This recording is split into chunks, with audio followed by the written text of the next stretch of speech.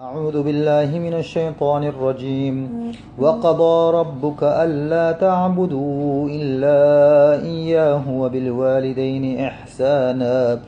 إما يبلغن عندك الكبر أحدهما أو كلاهما فلا تقل لهما أف ولا تنهرهما وقل لهما قولا كريما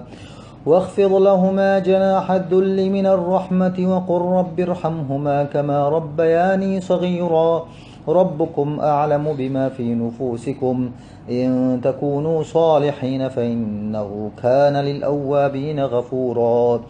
وآت ذا القربى حقه والمسكين وابن السبيل ولا تبذر تبذيرا إن المبذرين كانوا إخوان الشياطين وكان الشيطان لربه كفورا وإما تعرضن عنهم ابتغاء رحمة من ربك ترجوها فقل لهم قولا ميسورا ولا تجعل يدك مغلولة إلى عنقك ولا تبسطها كل البسط فتقعد ملوما محسورا إن ربك يبسط الرزق لمن يشاء ويقدر إنه كان بعباده خبيرا بصيرا.